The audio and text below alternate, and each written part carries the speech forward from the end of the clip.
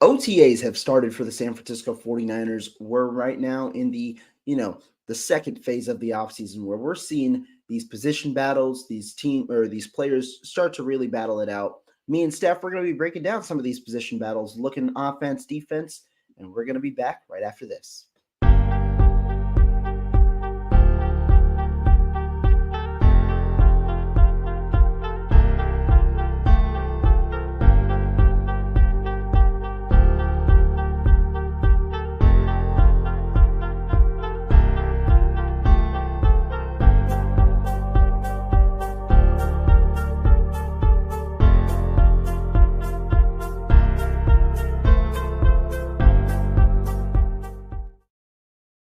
What's going on, everybody? Welcome back to the program.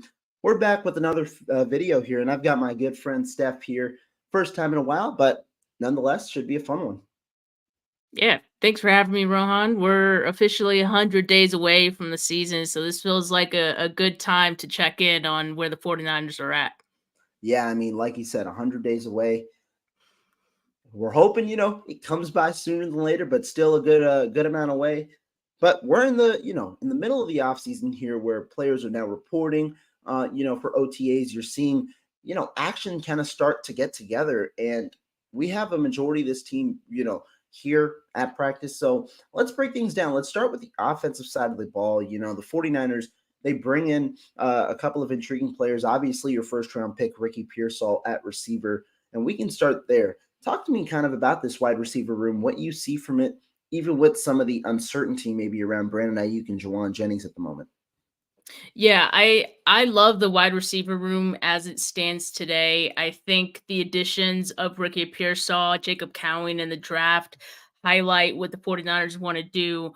And that's just adds some new wrinkles, add some things they didn't really have out of their receiver room before. And I think Ricky Pearsall really has an opportunity to get on the field right away. I mean, we're hearing some stuff about Jawan Jennings. He might have, some contract disputes. He wants a longer deal. That could open up some opportunities this offseason for Ricky Pearsall to kind of, show what he has. And I think regardless of, Jawan Jennings' status, Brandon Ayuk status, let's just assume those top three guys, along with Debo, are healthy and they start the season. I still think that Ricky Pearsall is going to make his way onto the field. And I think, maybe just different personnel groupings. I think Kyle Shanahan will probably look to experiment to add him and Jacob Cowing in for certain downs, certain situations that he likes where he thinks those skill sets that they have would fit favorably to what they're trying to do. So I'm excited about this group. And I think if you look at the first, like the top six guys who are probably going to make this 53-man roster, I think it's a really solid group of guys. Yeah, no, I agree. And I mean, when you look at it last year, right, you had your top three receivers. Greer McLeod still got on the field a good amount. He ends up with 15 targets, Ronnie Bell with 13 of his own. So you probably can group together around 30-ish targets outside of your top three. And that's not even including George Kittle and Christian McCaffrey in there, Ricky Pearsall, a guy with inside-outside versatility, could even see some time in the slot. That might be the spot where he kind of earns a little more playing time early on. And so you have that fourth option, which is intriguing to say for a first-round pick. But regardless, the 49ers have a plan, a kind of a 2-year plan here where you expect Pearsall to take on a bigger role maybe the season after this one when you see some change at the receiver position. But I think the top five really is kind of locked in with Jacob Cowing obviously being that fourth-round pick. He might be a better replacement himself for that Ray McLeod role, an electric guy in space, a guy who can kind of move around, do a lot of things. And to me, the reason I was intrigued by this selection as well is because it kind of deviates from what the 49ers do at receiver. They don't go for the smaller type of receivers that often because of their desire to have receivers be a key in the blocking aspect of the game. But Jacob Cowing, I mean, he had good film. He's a guy who can definitely play a lot in a lot of different roles. And so intrigued to see what kind of role he ultimately carves out. Let's talk about that final receiver position because there are a couple of names there, young and veterans. How do you kind of see that one shaping out? Who do you think competes for that kind of spot? Yeah, I think just based on his experience, I'm putting Trent Taylor there for now until someone else shows me otherwise. I mean, Ronnie Bell certainly going to be competing for that spot as well, as will be Danny Gray, Chris Conley. I think those guys maybe have a better shot at the practice squad. But as far as experience goes, I think Trent Taylor has the edge right now, but this is obviously a really important offseason for both of those guys that I mentioned in Bell and Gray. And it could be the last time that we see Gray with this 49ers team when it's all said and done and the roster cuts roll around. But we'll see what he has this offseason. It's gonna be make or break for him for sure. Yeah, you're going to need to see some level of improvement, right, over the last two off seasons where Gray essentially was a non-factor for much of the last two off seasons, but was able to make the roster because of that, that third round draft status with the hope that some development could occur, over these 2 years. Now you're entering off season number three. The Niners have shown in the past they're willing, to cut their losses when the situation is apparent, and it's going to be a make or break off season because this is the first time where we really see there aren't many spots available. Last year, Ronnie Bell was able to steal that sixth spot, Gray with that fifth spot. This offseason, though, you have a top five solidified and a number of names the Niners are familiar with for that sixth spot because not only do you have veteran Trent Taylor, who was obviously with the program, in the early stages of the Shanahan era, but then you also have Chris Conley, who showed that he could be, a competent receiver number six at times when he was called up from the practice squad last year, ended with 8 targets, I believe, of his own last year. But really, a guy who could play special teams, a guy with good speed and things like that, and obviously the veteran mold. The question I think also comes together with roster politics is, who can you kind of fit on the practice squad versus who do you think might not be able to slip? If you believe some of those veterans like Conley and Taylor could make it there, then, that could be the direction you go and you go with the younger guy. If you think that they're too valuable to not have on this team as, a veteran presence or, with the way that, with whatever skills that they can provide for this team, then you might need to have that sixth spot allocated to them. So I think that there's a lot of ways that this situation can go. Those four guys kind of being the top competition for that sixth spot. But I think this is an offseason where we'll see kind of across the roster. It's a make or break offseason for a lot of young guys. Yeah, and I like this year's draft because it really feels like this draft as a whole, there's guys who are ready to compete. It's not a lot of guys who are like stash and see what happens. I think we're already talking about Ricky Pearsall, Jacob Cowing, of course, as well. But I think across the board, not just the receiver room, there's guys who are going to be competing with some veterans and knocking some guys out of their spot. I think. Yeah, no, I agree. Let's go back to the top of the roster. Quarterback wise, the Niners, Brock Purdy, obviously the clear solidified starter. You have Josh Dobbs in there. You paid him, $2.25 million guaranteed. He seems slotted in as the backup. I want to ask you though about that number three spot. Brandon Allen's there, undrafted free agent Tanner Mordecai's there. Got two questions for you. Do you think that there's a chance, the younger guy can unseat the veteran? And also, do you see the 49ers taking three quarterbacks once again on their 53-man roster? Well, I think they will just because they have done that in the past. Although this is probably their best opportunity to have a really solid like top two. Like you could have probably said the same thing about Sam Darnold, but that was also a year removed after like Brock Purdy's injury and all that. So carrying three, I think made little more sense just insurance wise. Um, so I wouldn't be surprised if they stuck with three. Now, as far as Tanner Mordecai like potentially slipping in to be the third guy, I mean, I think we've seen that anything is possible, and Brock Purdy certainly being the best example of that. So I wouldn't put it past him. I just think as far as experience goes, and he's been a long time backup in the league, and I think that says something, right? It means you're good enough to be a backup and stay around in the league. It does take a certain type of player to be able to do that. So I think as of right now, I mean, I'd say Brandon Allen has the edge, and Mordecai would probably have to show something, pretty significant or impressive to unseat him. I agree there. I think to me, the bigger question is whether they take three, because in the past, there have been certain situations where the Niners have, justified taking three. You talk about the year Brock Purdy was the QB3. I mean, you wanted to make sure he didn't kind of leave your roster when you had Jimmy Garoppolo and Trey Lance. Then last offseason, like you mentioned, Brock Purdy coming back from injury, just to make sure things go smoothly, you take that third quarterback in the case that you might need him earlier in the season. Brandon Allen ends up being the third guy. But Josh Dobbs is a pretty solid backup, a guy who started a significant amount of games last year. And this might be the first time in a while where you have a solid number two where you're comfortable with your top two in the sense that you don't necessarily need to go out and take a roster spot with that third guy, especially considering Brandon Allen seems like a guy who you could probably have on the practice squad as that emergency third quarterback that you end up calling up on game days. I think he could probably fit that role, and if not, Mordecai's the guy is there as well. Do believe Allen probably ends up the leader in the clubhouse at the end of the offseason, but with the way this roster is, with how deep it is at several positions, I do think the Niners will have a tougher decision than in years past in determining whether they kind of need that third quarterback on the 53 or whether they can stomach it being on the practice squad as well.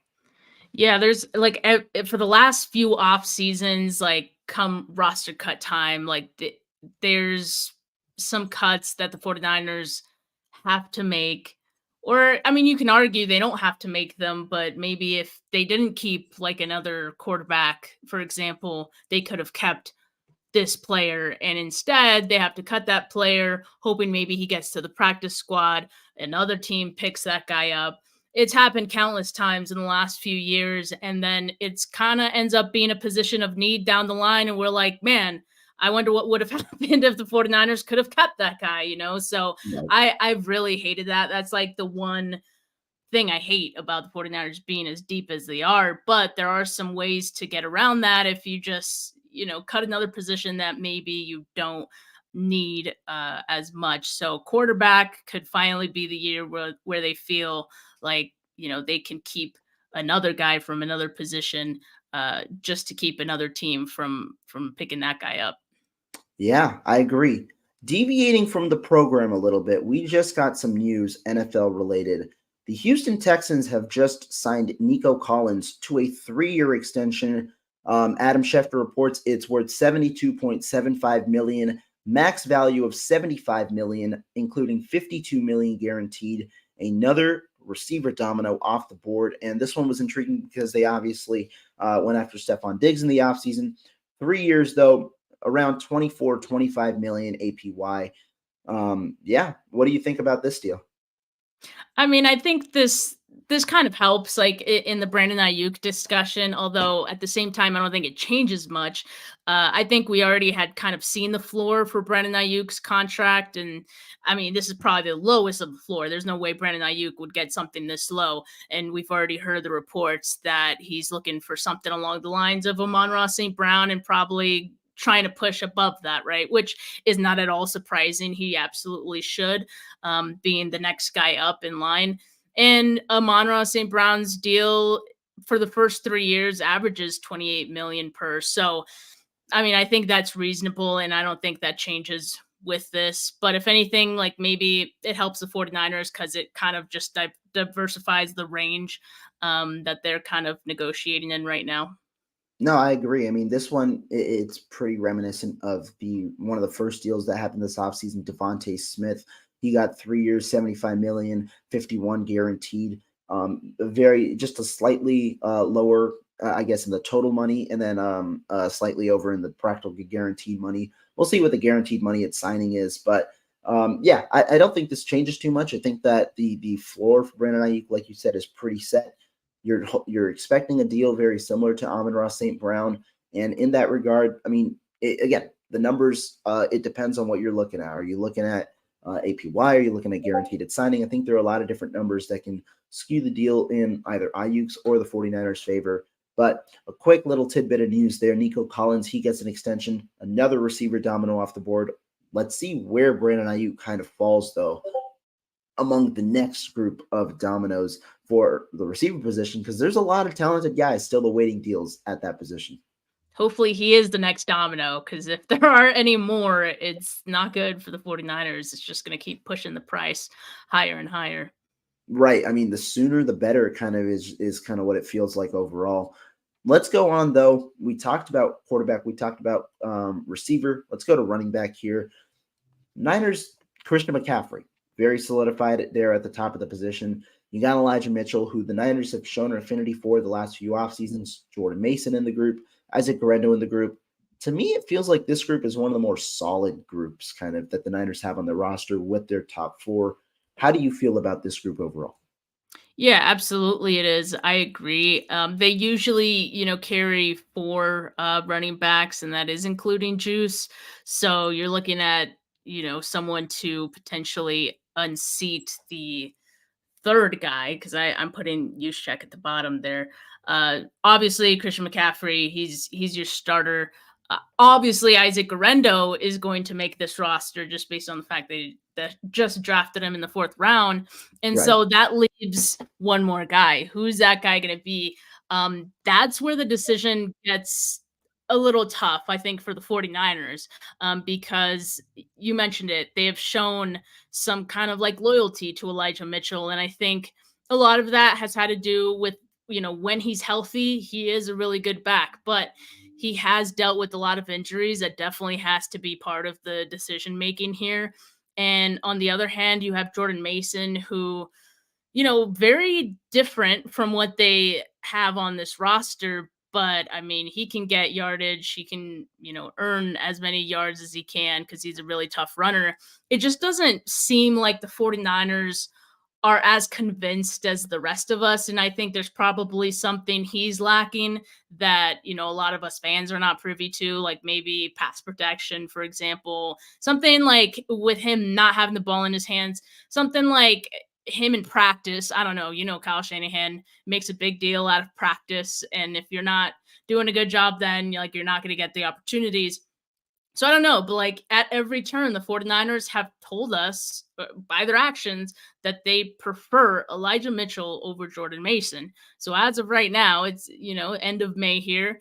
We'll see what training camp has in store. But as of right now, I have Elijah Mitchell as the guy making the 53-man roster, despite everything else I mentioned. But just because of the injuries, I think there's still a chance that some of these other guys like Mason or even Cody Schrader can, maybe make it interesting.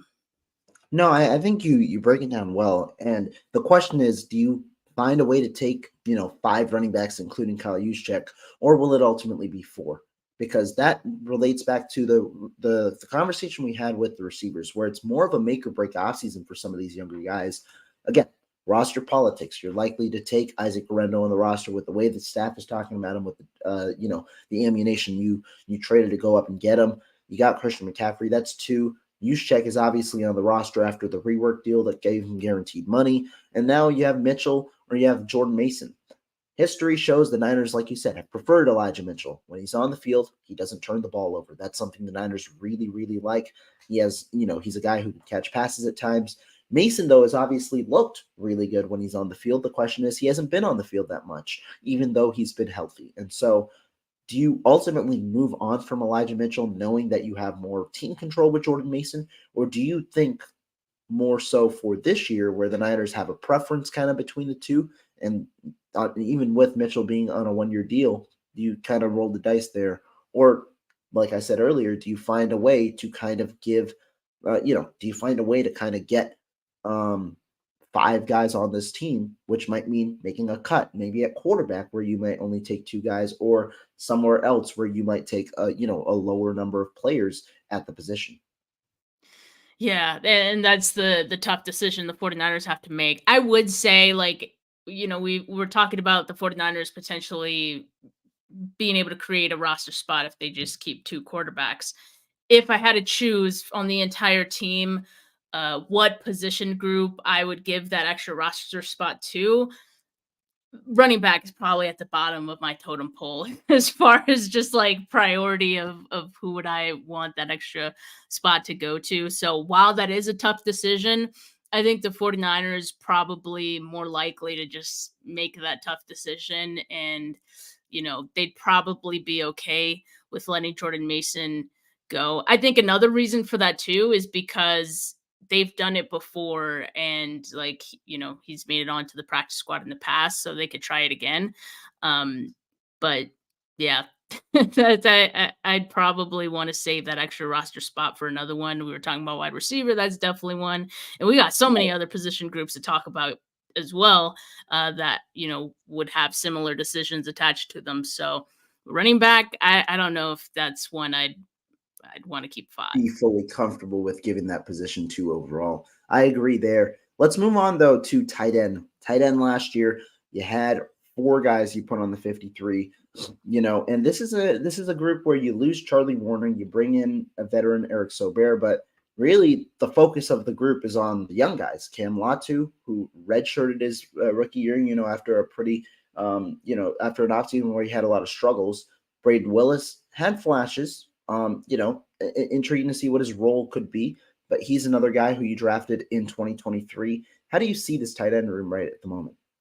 Well, tight end is one group that we don't have to worry too much about them being too deep. I think right now we're worried about them not being deep enough, and because after George Kittle, it's really just a lot of question marks. And I think the fact that the 49ers looked to, sign Eric Wright away from the Lions via the tender offer, I think tells you everything you need to know. The 49ers probably, as everyone else, is thinking, we need a better tight end too. And right now, Braden Willis, while yes, he's had some opportunities, Cameron Latu, I mean, obviously they drafted him for a reason and they see certain things in him. I mean, I don't know if those guys are ready. And that's part of the issue I had with like previous drafts, that it just felt like dart throws and no, let's just see if some of these guys can work out. And now you look at the tight end room and you're like, ooh, we probably should have gotten someone who was like ready to go right away, because you're staring at questionable tight end room beyond George Kittle. So I really don't know how this shakes out. I also thought it was interesting that, even after the 49ers didn't get Eric Wright, that they kind of seemed content then after with the tight end group. Like, yeah, grabbing like Eric Saubert doesn't really move the needle very much, and it's not really equivalent to getting an Eric Wright. There were some tight ends available in free agency. I was actually surprised they didn't go after Robert Tonyan, for example. So I don't know. It just felt like they were like, meh, we'll just see what we have. So hopefully it works out for them. But yeah, I mean, those are going to be your top 4 guys: Willis, Kittle, Latu, Saubert. So Yeah. we'll see what happens. Lee has a question here. Do you think the tight end 2 could be on another roster? You're waiting for a veteran cut at the end of camp. Do you think that could be a possibility? Yeah, definitely. I mean, I think every team kind of, waits to see who gets cut at final roster cuts to see if they can make any upgrades. 49ers should definitely be looking to make an upgrade in that room, especially if after OTAs, after camp, Willis and Latu still haven't inspired enough confidence. So I can see that, but realistically, I mean, who's getting cut at 53, right? Like that's a dart throw in itself. So hopefully there is someone the 49ers can pick up that could potentially move the needle for TE2, but that's hard to count on as well. Yeah, I mean, tight end is a position where a lot of teams do value that tight end 2 spot, and so don't know how much talent will be there. The other thing, like Steph mentioned, the Niners didn't go after one of those other tight ends that you could have had for cheap on a 1-year deal on the market. You tried Brock Wright. Apart from that, really not much Brock else. Wright. Sorry, I kept Oh, saying Eric Wright.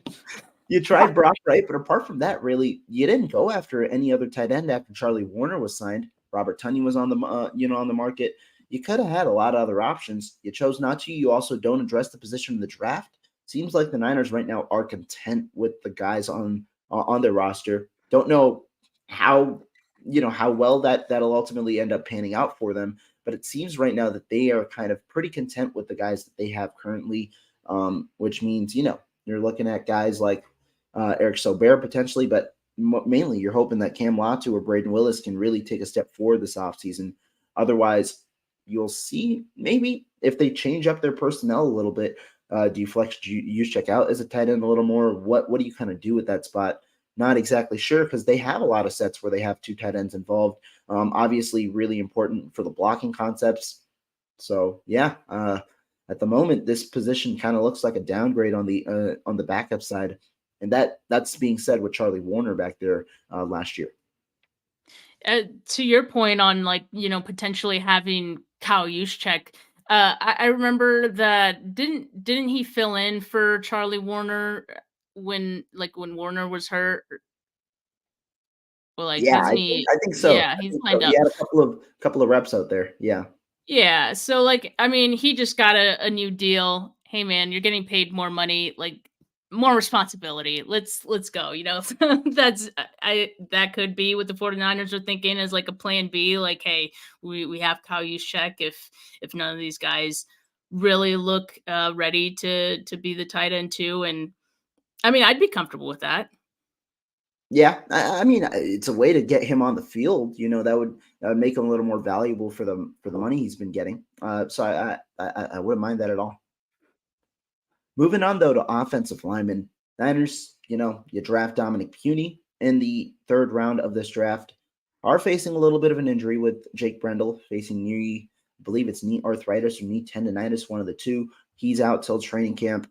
How do you feel about this group, and especially kind of more in the backup kind of area where the Niners kind of have a top group kind of solidified right now? Yeah, I mean, obviously, much has been said about the 49ers offensive line and, they need to upgrade and all this stuff, get all the offensive linemen.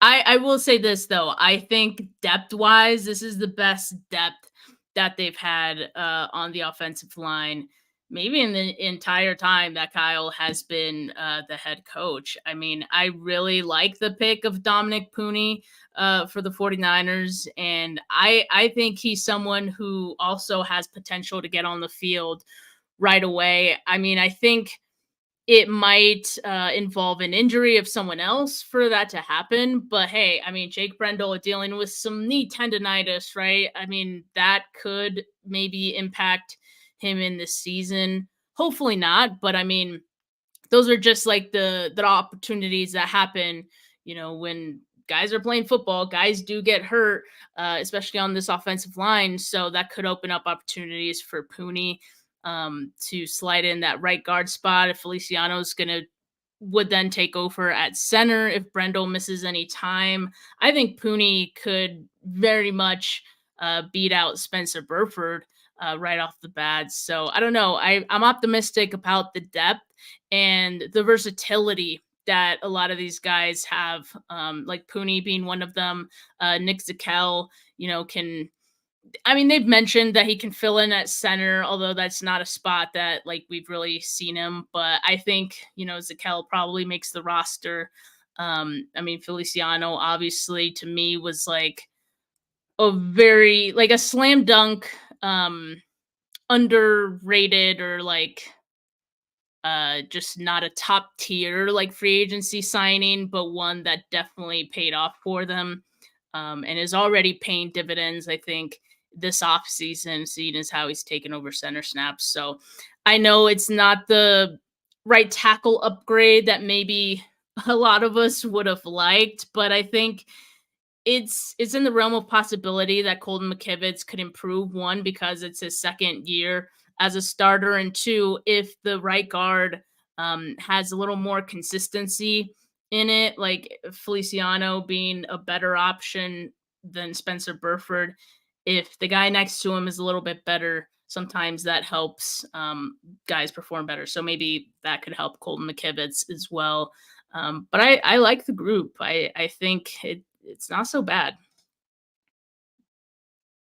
There we go. I agree, though. When you talk about the group, people wanting the upgraded right tackle, I think the question the Niners kind of presented. I mean, you definitely argue it a little bit, but I think the question the Niners presented is, were they going to have an upgrade there available?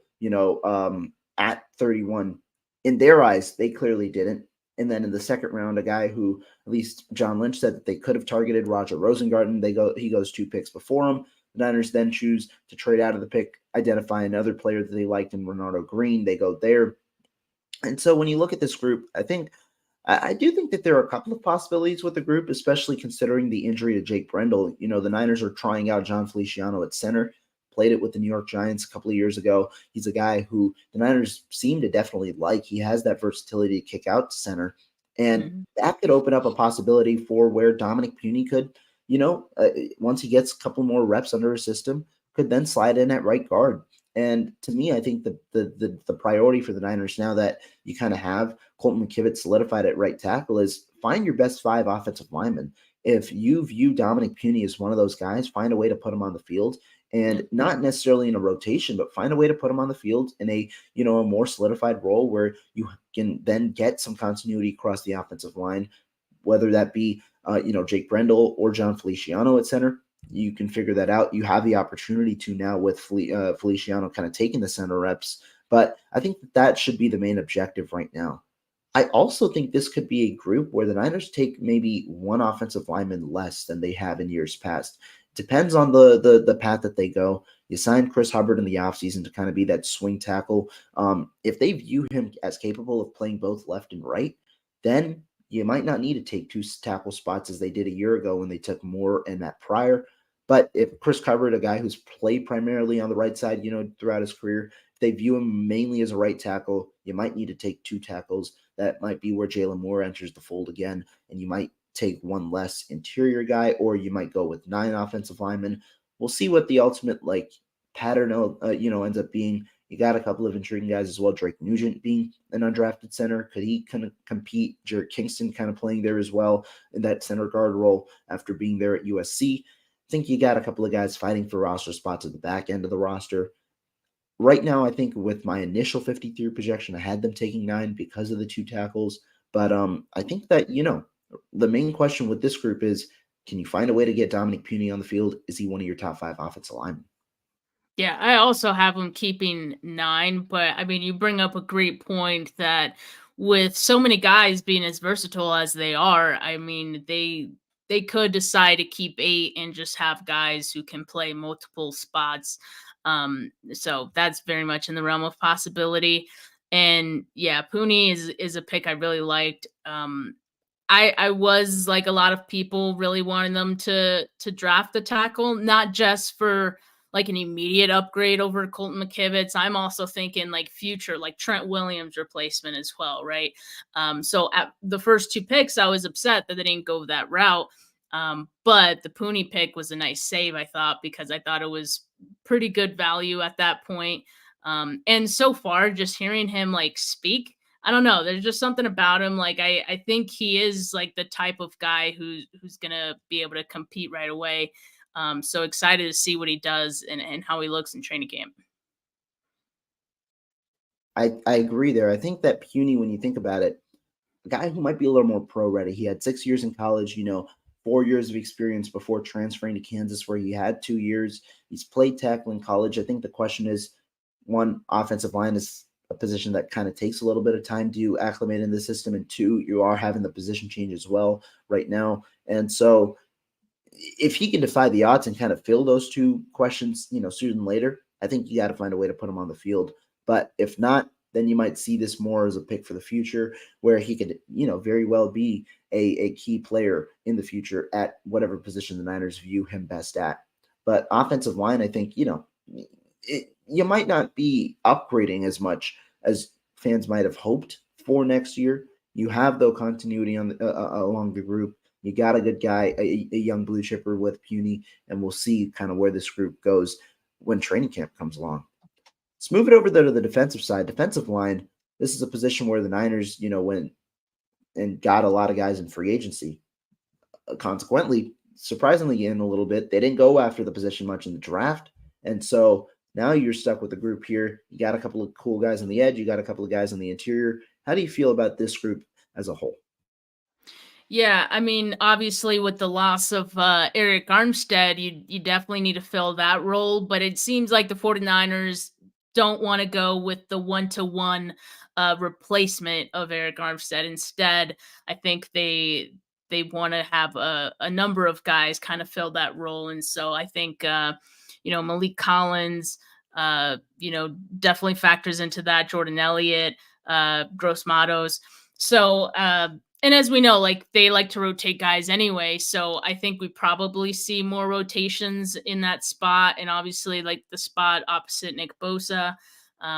This is a group I think they always like, because they like to rotate, they like to keep 10 guys usually, I want to say. So I see them doing that again this upcoming year. This is going to be an interesting year for a guy like Drake Jackson, for example, although I do still think if they keep 10, like the number's still in his favor to make the roster, unless like one of the other bubble guys could, take his spot. That's still a possibility as well. But yeah, I think Drake Jackson really to show something, which so far it seems like he's still dealing with an injury. So yeah, we'll see if he's ready for training camp. But other than that, I mean, I'm cautiously optimistic about the group, right? I mean, I think it can't be um as far as like run defense goes, that's the one thing I really want to see improve this year. And then also, I mean, they just need to get pressure like they used to. And I think a lot of Yep. that did have to do with like just Steve Wilkes and the disconnect between the defensive line and the secondary, which I think we were kind of expecting that to be married a little bit better like it was in the past. So I think that opens things up for the guys that they've picked up. So I'm optimistic about that. The reason I'm like cautiously optimistic is because hey, like Eric Armstead was huge for this defensive line, and again, like you're not gonna replace him. You can only like hope to get somewhat close to that. So I think with the guys that they have, I mean, they're just hoping for the best. I will say, like, I'm excited about Leonard Floyd. I think he'll have a pretty awesome season. I agree. I mean, Leonard Floyd, I mean, obviously the early returns, it seems like a lot of people are talking well about him.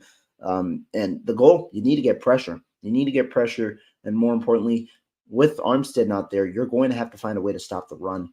Leonard's got Jordan Elliott, a guy who's been a solid run stopper. But the thing about the way that their defensive line is now constructed is you're considering more of a rotation now with Gross Matos and Floyd in there, and then obviously Elliott and Malik Collins.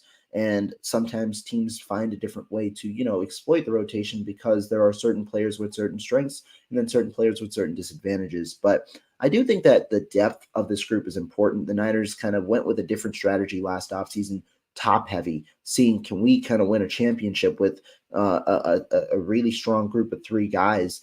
And ultimately that didn't work out due to injuries. You see some some waning play at certain times at the end of the season. And this year they go for the depth option. You have two solid edge rushers opposite of Bosa that you're hoping that can make a good contribution. You have obviously the two defensive tackles alongside Hargrave. And then you have the normal depth that you've kind of had it in years past, especially on the interior. You got Kevin Givens in there, Kalia Davis, T.Y. McGill, who can all fight for roster spots. On the outside, Drake Jackson, kind of in a make or break offseason, I'd say. Austin Bryant was in there. You've got a couple of guys as well, Robert Beal, who should have a bigger role this year, who could compete. Question, though, is can you put it all together? Can you have a solid pass rush where you've got pressure, but also find a way to stop the run at the high level that you were when you were, competing for championships the last few years as well? Yeah, that's the thing, right? There's so many new pieces that they all just kind of have to work together. I think as part of the reason I think Nick Bosa's at OTAs already, just trying to get them up to speed with the system and all of that, and get to know them. Uh, so it'll be interesting.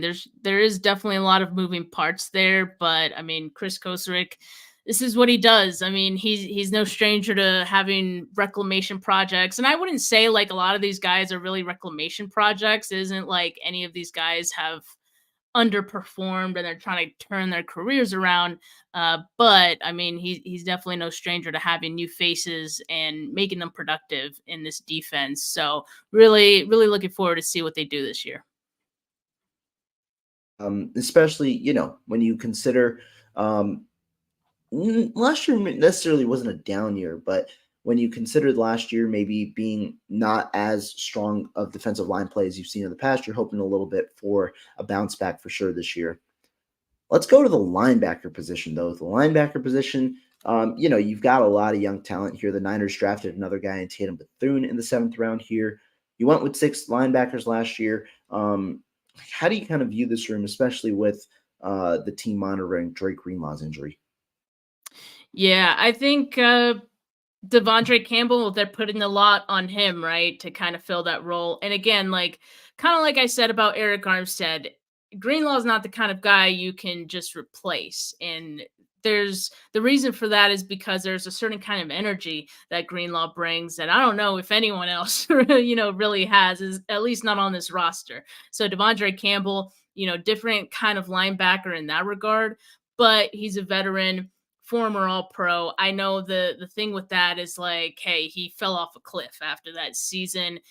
Devondre Campbell seems to believe that a large part of that him falling off was, he wasn't being used correctly. And he's saying things like, hey, I'm finding my love for football again. Like, this is great.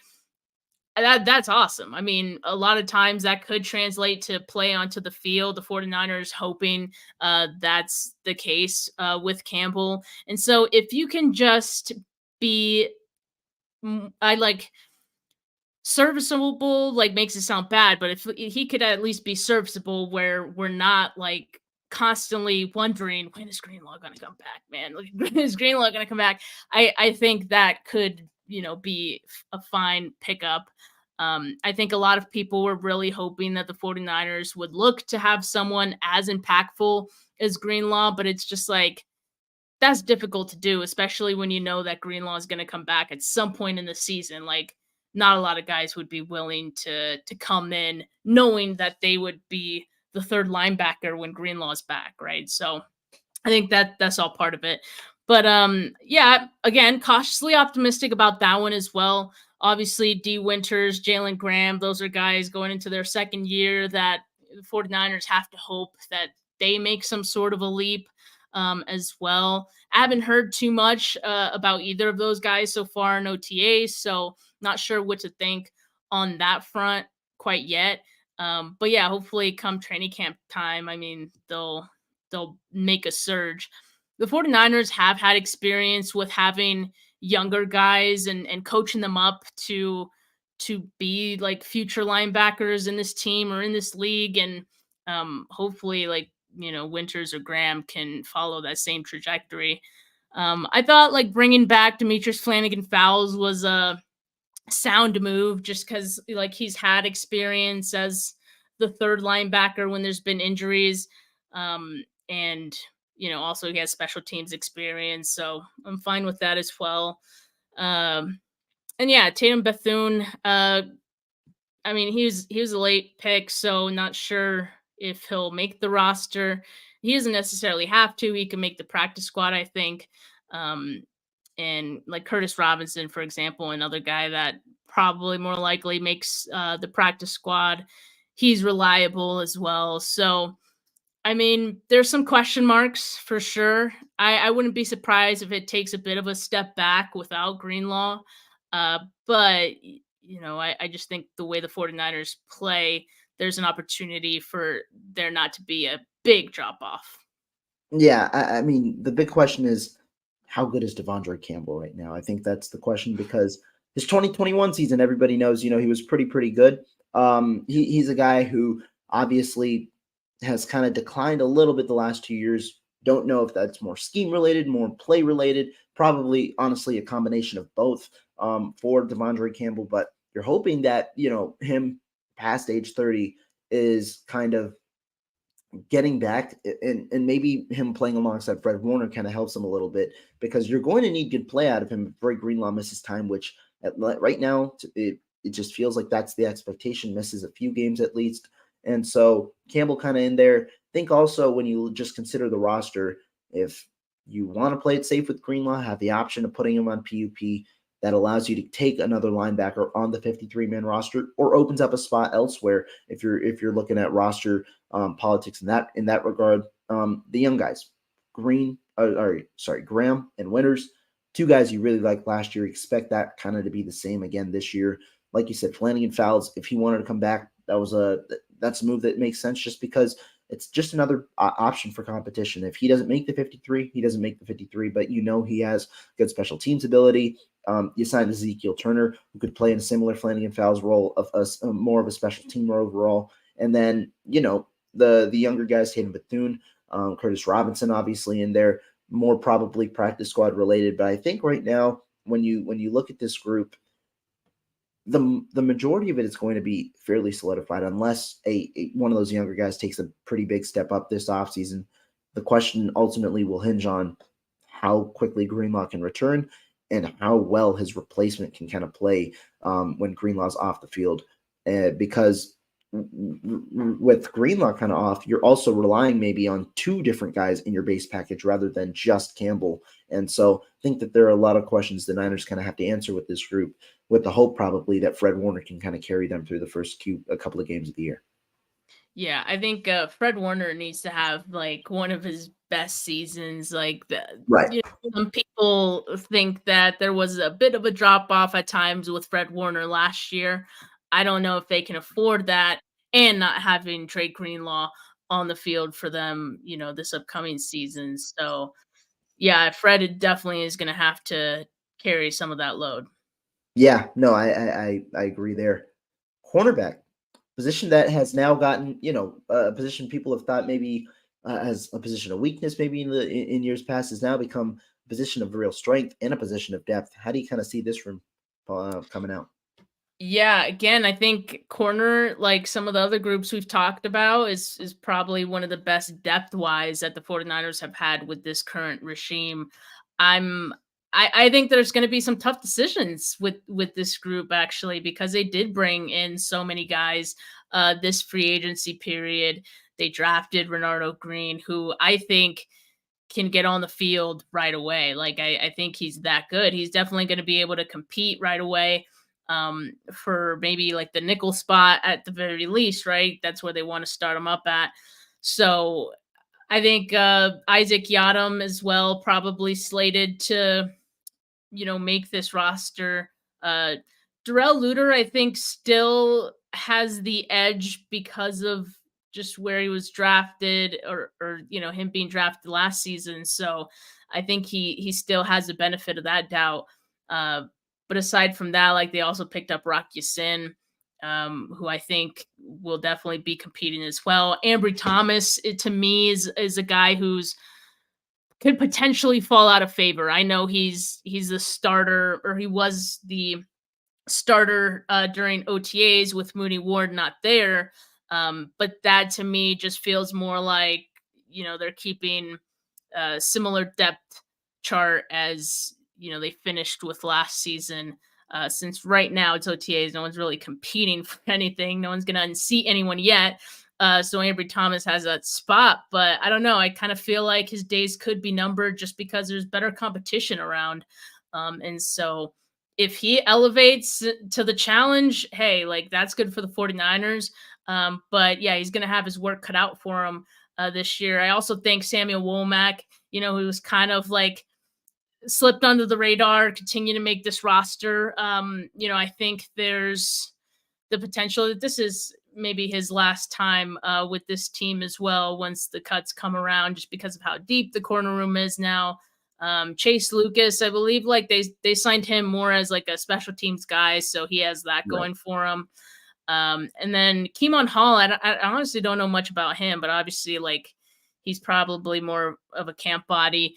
Yeah, this is going to be a really deep group. I think that bodes well for the 49ers, and I think this is going to be the strong suit of their defense, honestly, just like it was last year.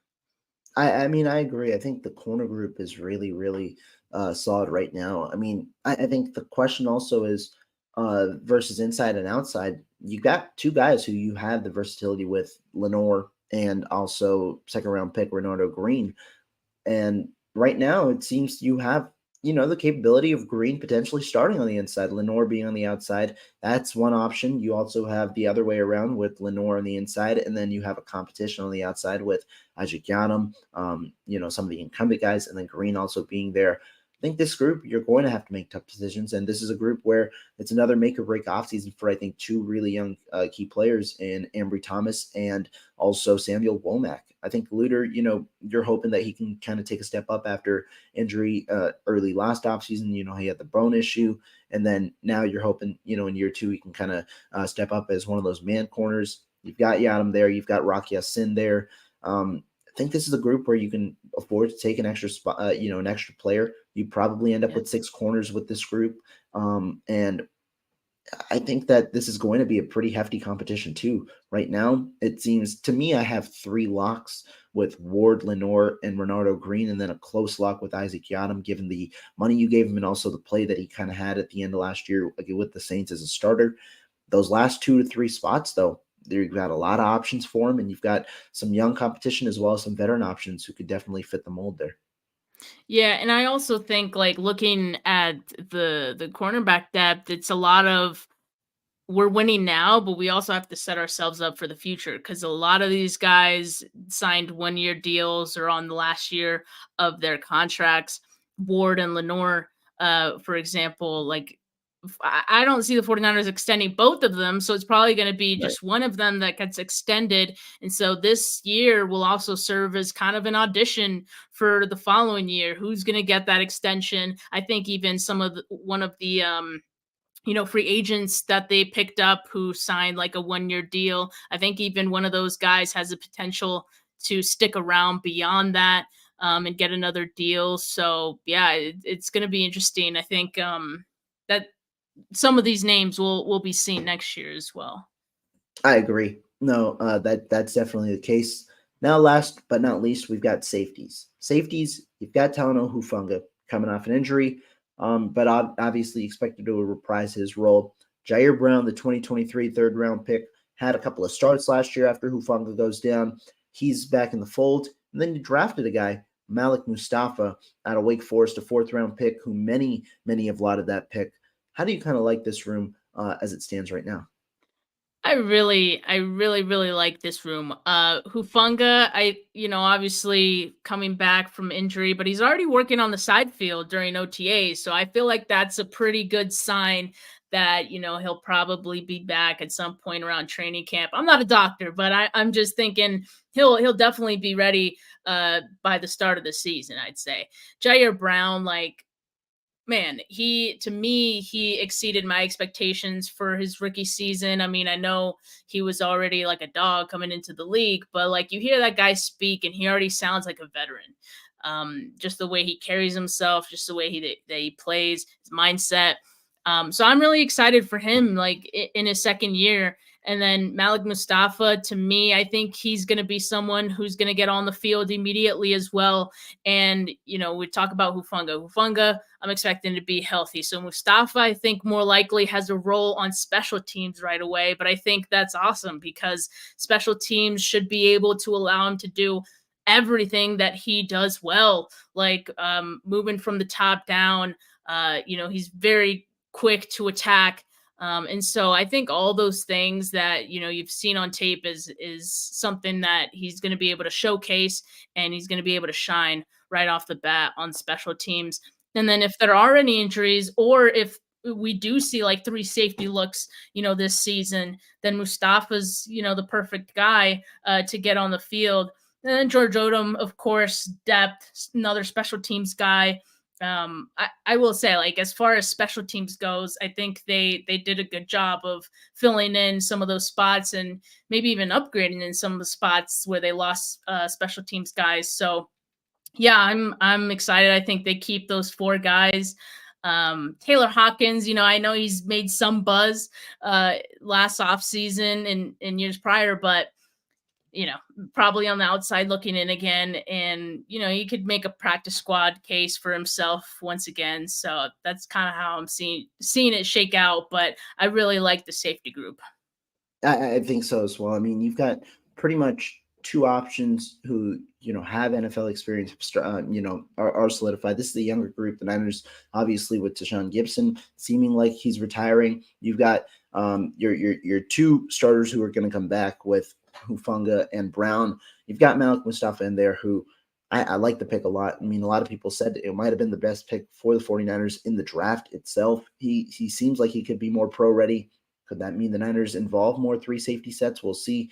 I think the one question with this group is how do they kind of fill the roles? Because Gibson was a little bit different than the safeties that the Niners have, with his skill set. And so, how do they kind of fill the Gibson role? Who kind of plays on the back end, and how does that maybe change the coverage scheme a little bit? But ultimately, I think you've got talent in the room, and you're going to find a way to fit the way that you call plays around the talent in the room. That's the way I think the Niners are going to go with the safety room. That fourth spot, I think, is open, but you've got young talent as well there. Taylor Hawkins is a guy who's impressed the first in both of his first two off seasons. You've got a couple of guys that you had last year as well on the practice squad. And so I think you've got a nice competition there for that fourth spot. We'll see where it kind of goes from there.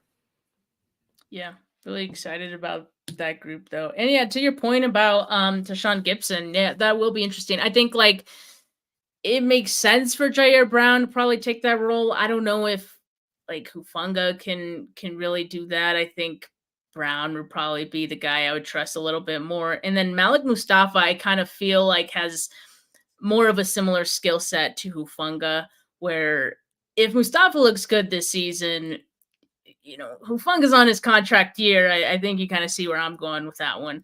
And so I that's why I kind of see maybe Brown taking that spot where he's more up top, even though like yeah, you could argue he's done a good job closer to the line as well. But I just think he's probably more of a well-rounded safety than Hufunga or Mustafa are right now.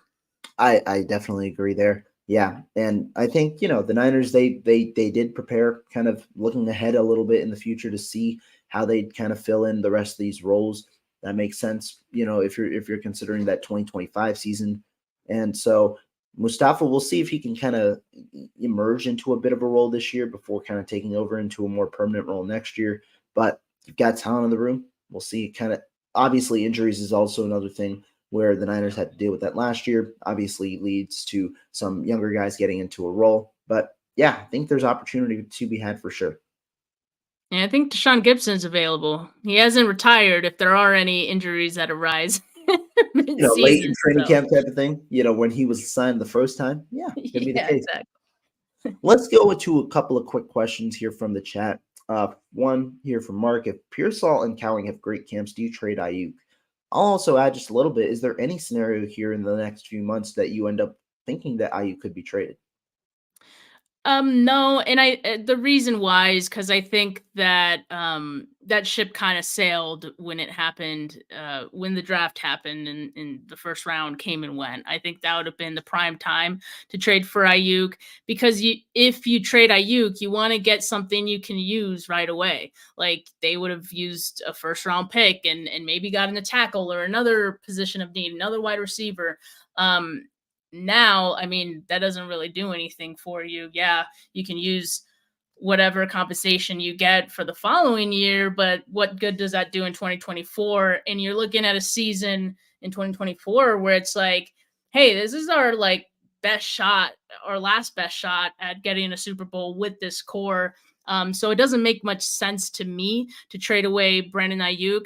I mean, Pearsall would have to like do something like really incredible in camp, like otherworldly. He'd have to look better than Ayuk for me to trade Ayuk. And even then, like, I mean, why not just go into the season with all of those guys? Like, if you could, and try to get a Super Bowl with them. So, yeah, I think that ship has sailed. I think same with Debo this season. I think it's more likely that next off season with Debo, those discussions will arise again.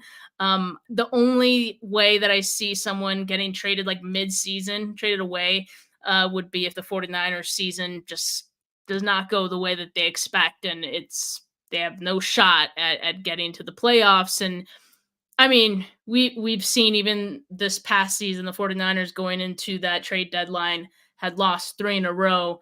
Um, I mean, that looked pretty dire, but they still said, "Hey, we're still in this thing," and decided to kind of double down and get Chase Young. So rather than trading away, I think more likely that, or sorry, rather than trading away in season, I think we see after this season some moves happen. I agree. I think right now the goal for the Niners is they kind of showed in the draft. The goal is we got to compete in 24. This might be the last year with this specific core. You even already had to cut Ark Armstead. The goal is you got to make sure you find a way to compete in 24. I don't think that any trade for Brandon Ayuk helps you achieve that goal. I think you're going to get draft compensation in return. And if you were going to get draft compensation, you would hope it would have been in this past draft to actually get a player to help you compete. And so that's why I don't envision a trade for Ayuk, don't envision a trade for Deebo Samuel. I think the Niners are pretty set with this roster. Even if Pearsall and Cowan have great camps, I think that to you that is a good sign for the future. Could also mean they have an expanded role this year as that as a number 3 option. But I think always when you were looking for a receiver, you understood that they were going to maybe be the 5th option in the offense this year with McCaffrey and George Kittle as well in there. And you were going to hopefully see them accelerate the offseason after that when the Niners have a couple of questions at receiver of what they could do with Jennings and with Deebo Samuel. I also kind of see Ayuk and Pearsall as complementary pieces to each other with Pearsall's ability to beat man coverage. I think that they make sense to kind of keep both together. Yep. But Steph, this is a great show. We broke down every single position, the position battles that could occur at every single one. Any last comments before we head on out of here?